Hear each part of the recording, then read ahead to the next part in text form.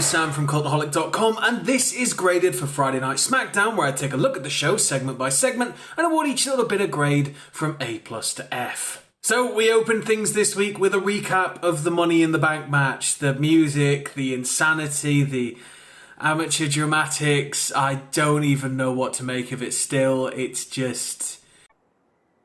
What the hell was that? Oh, and Sami Zayn has also been forced to relinquish his IC title. There's going to be a tournament for it, blah, blah, blah, blah, blah. Let's crack on with it. Hit the intro.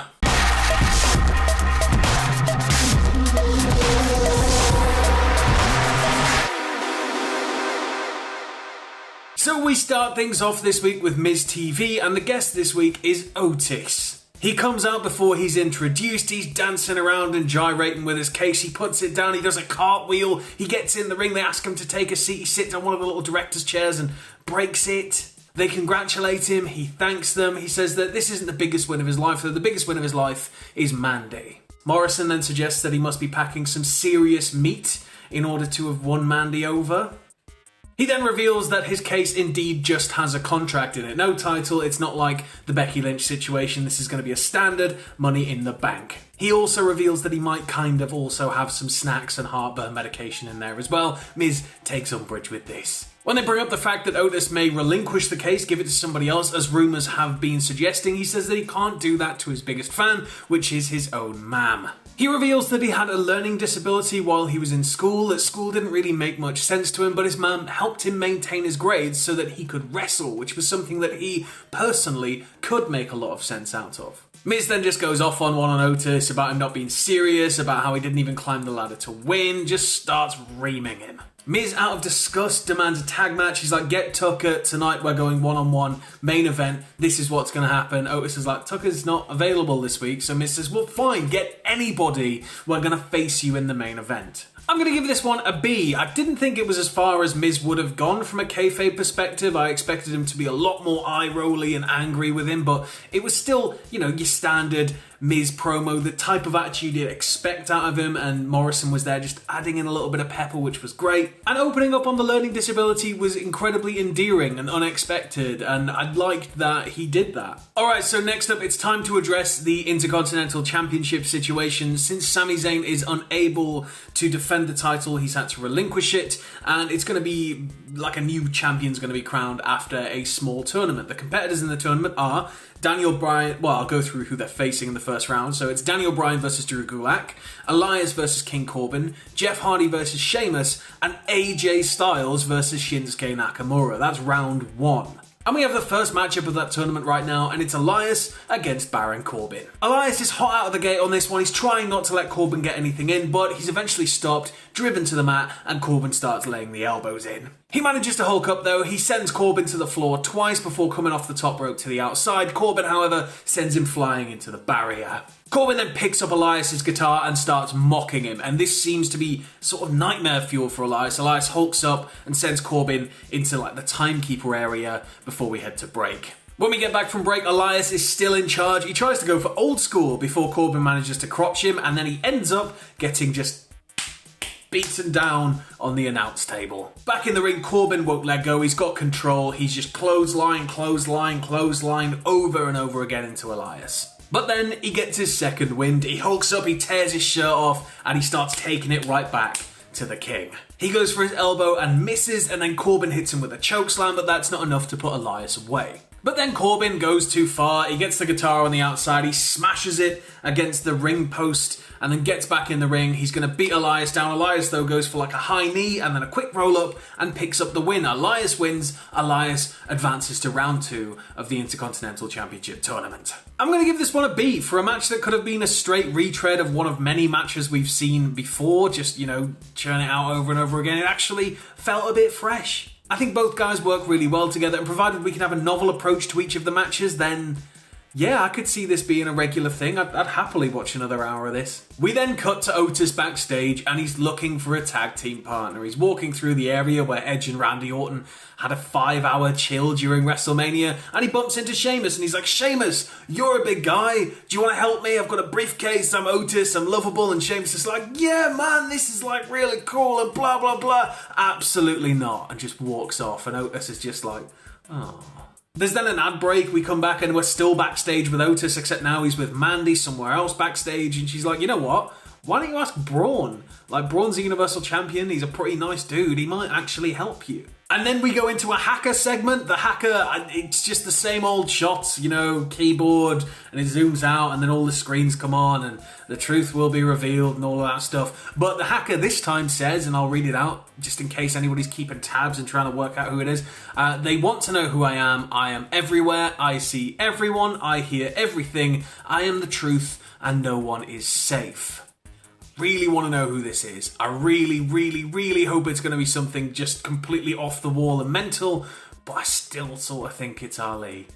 Time will tell, I guess. And then we go to the final little portion of Otis backstage. Jesus, here we go again. The hacker interrupting, the break interrupting. Otis goes up to Braun, asks him for help, and Braun's like, you know what, like, I respect you, man. Thank you for having the balls to come up to me and talk to me, but I'm Universal Champion. You're the Money in the Bank guy. How do I know that you're not going to try and cash in like after the match? How do I know this isn't like a whole thing set up by you? I don't know. I'll think about it, okay? I can't promise you, but I'll think about it. We then go back to the ring for Dana Brooke versus Naomi. As Naomi's making her entrance, commentary's really trying to sell this as she's trying to get out of a bit of a funk. She's on a bit of a cold streak. She just needs a couple of wins in the win column, and she'll be back to her old regular self. She's just not quite sure of herself right now. And then when the bell goes, she's straight on Dana, but Dana is straight back on her. It's really 50-50. Dana even hits one of her handspring back elbows, then she misses one, hits the other, and then Naomi comes off the top with a crossbody, and it's not long after that the match just ends. So there's a little bit more back and forth after Naomi goes for the crossbody, but it sort of ends up with Naomi trying to roll Dana through. Dana catches this and just sits straight down, thus forcing a pin on Naomi and securing the win. So I'm going to give this one a C. It's a squash, it's more of an angle. Everybody who watches these knows that I tend to grade squash as a C. This is more about Naomi's losing streak and the frustrations that Naomi's having with herself. Could she go heel again? Maybe. I don't know. I just really want them to do something with her because ever since she came back, there's been a huge buzz around her and they've just quietly put a wet towel over that fire and pretended like it never happened. And that's such a shame. But that being said, Dana as a competitor looks a hell of a lot stronger than she ever has. She's like $1 million now compared to her old in-ring style. She seems like a viable threat. I could see her with the title. Like, Dana's pretty entertaining to watch. Like, this is what we need in the women's division. Just more of this. We just need more character building. Just please. Next up, we have Charlotte Flair's return to SmackDown. Commentary are really trying to put over this, invitational cross-brand thing. It's balls. We all know it's balls. You're just doing the wild card rule again. Just don't acknowledge it and crack on as you're going to do anyway. Charlotte then cuts a promo saying that Fox only wanted her there tonight because she's a bigger draw, a better wrestler, and she has the Flair surname. Bayley and Sasha then appear. They come down to the ring and they start just ripping on her, just wooing at her, taking the mick. She says the last time that she even saw Charlotte was when she defeated her for the title. They then go back and forth listing each other's accolades.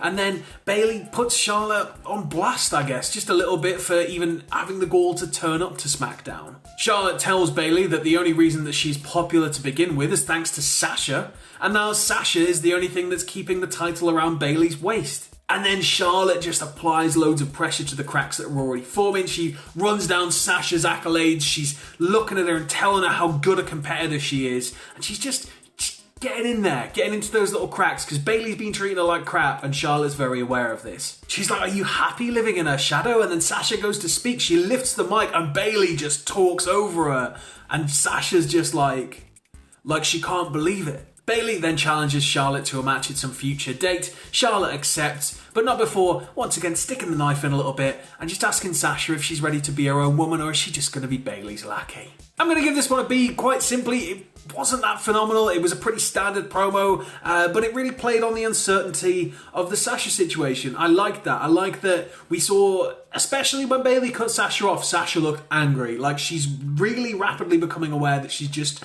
a pawn being used by Bayley in order to lengthen Bayley's reign. Real quick right here as well, I'm not even going to bother throwing up an image. Braun is asked about later tonight, are you going to help Otis? And he's like, I don't know, I'm still thinking while he's working out. There is then a vignette from the Forgotten Sons, and it has a disclaimer saying that these are the views of the Forgotten Sons and not the views of WWE, so they're going to say some tasty stuff. All it is really the Sons. It's like character building. They say, we went and we gave ourselves for this country, we fought for this country, we have done so much but we come back and we're not treated like heroes. We're almost spat at, we're looked down on. They say they were cast out and that is bull bleep.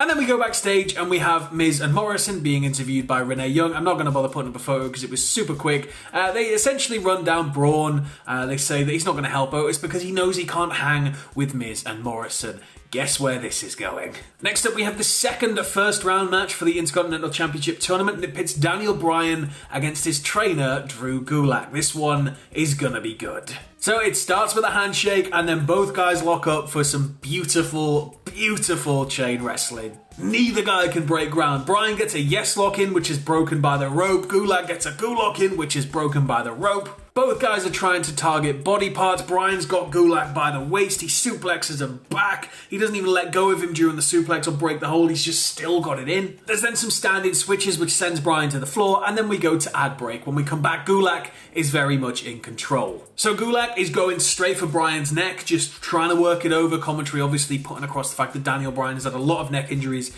in his career. Bryan, however, is focusing on obliterating Gulak's shins, just dropping him on the shin again and again and again across his thigh. There's a horrible looking, like, high Michinoku driver, I guess you could call it. Like, Bryan lands right on the top of his shoulders. That looked gnarly. There's an intense release German from Bryan and then a running knee attempt. Bryan is just trying to obliterate Gulak's knees by this point. He's just going for dragon screw after dragon screw, and then he locks in the heel hook. Gulak almost has the ropes. Bryan rolls it, and Gulak has no other option but to tap. Daniel Bryan advances to round 2 of the tournament. He cuts a little bit of a promo afterwards, and he just sort of says that the IC belt was what he was forced to vacate when he originally had to leave, and that it would be poetic for him to get it back. He wants to see that belt turn back into a belt that means something. A workhorse belt, I guess, is what he's going for. I'm going to give this one a B+. It was an incredible showing of expert level technical wrestling, and I could watch this stuff for days. I know that it's not for everybody. I know that a lot of people find it boring, but me, I could watch them do this all day. It's just really fun. I like seeing the reversals. It was class. I'm happy that Bryan's got somebody to hang with like Gulak that is capable of as much as he is as well. We then go backstage for one last segment before we go to the main event, and it's Sonya. It's Sonya and Dolph, and Sonya hypes a mixed tag match next week between Dolph, Otis, Sonya, and Mandy. And she just proceeds to be a bit of a dick. Just runs Mandy down, calls her a load of stuff. Dolph just stands there silently in the background. I think as the promo ends, he just goes like that. Like, yeah, just nasty, nasty heels. And then we go to the ring for tonight's main event, which is Miz and Morrison versus Otis and his mystery partner. So Miz and Morrison are down first. Otis comes out. Otis gets in the ring. There's a bit of uncomfortable silence while they're teasing him, saying, "Oh, you don't have a partner. Oh, it's you versus us two." Otis would have you boys anyway. And then out comes Braun. Braun's going to help him. He's going to put everything aside and he's going to help Otis. Good lad, Braun. So it starts with Otis and Morrison. Morrison gets overpowered quite quickly. Otis starts laying it in thick, drives Morrison down, goes to tag in Braun, and then we have the most awkward looking double caterpillar ever. Braun's doing like press-ups and jumping forward instead of the work. It was just... yeah. Back from the break, the commentary team show us a replay. Miz has taken control and he's just laying it in. I think he even comes off the top. He's just doing everything he can to try and drop Otis. He goes for the it kicks and he starts to grind Otis into the mat. Otis is powering up. He's almost made it to Braun. Miz drives him back into his corner. Morrison comes in. They try for a double suplex and Otis just reverses it. Suplexes both of them and tags in Braun. Time to clean house. So Braun, of course, cleans up, takes care of everybody, goes to the outside, freight trains, gets back in the ring. He's got Miz lined up in the corner, sprints at him. Morrison pulls him out of the way. Braun goes straight into the ring post. Morrison goes for some spinny stuff. Braun catches him. Power slam. 1, 2, 3. Otis and Braun have won the match. As they're celebrating, Mandy comes out to celebrate with them, and she seems to be sort of distracting Braun and like looking at Otis a bit like this, just like, you know. And she's like, yeah. Otis puts the case down and looks at Braun from behind, and then Braun senses something's up, turns around. Otis was like toying with the idea of maybe rolling Braun up for a cheeky win. You know, maybe he's a little bit smarter than we're giving him credit for. Maybe he's got a bit of a plan going on up here, but he manages to smooth it over. He's like, don't worry, man. I was just joking. No, you weren't, Otis. No, you weren't. We know you weren't. So I'm going to give this one a B+. It was a glorified squash, but it was entertaining, wasn't it? It was fun to watch. It was you know, just big blokes smashing some little blokes all over the place. If you've watched this before, you'll know I really like threads that run through the night. I like that Otis is set a challenge at the start, and then we see him try to find a partner, and then it comes out at the end, he's got Braun. I like those things. I think it feels more like a together show rather than just wrestling, promo, advert. You've got this little thing just running through that can tie it all together nicely. Overall, I'm going to give SmackDown this week a B. Post-pay-per-view shows tend to be just full of a bit of bump. This was no different, really. It's sort of inconsequential stuff happens, a tiny little bit of storyline development that you can quickly recap like the week after when you've got everything back in order, but yeah, this was just sort of your standard SmackDown. It was alright, it was entertaining, nothing really happened though. It was a varied card though, and we do have the excitement of the impromptu tournament, so you've got to give it to them for that. But anyway, this has been graded for Friday Night SmackDown. What did you think of the show? Let me know in the comments below. I hope you all have a wonderful weekend, and don't forget to stay safe.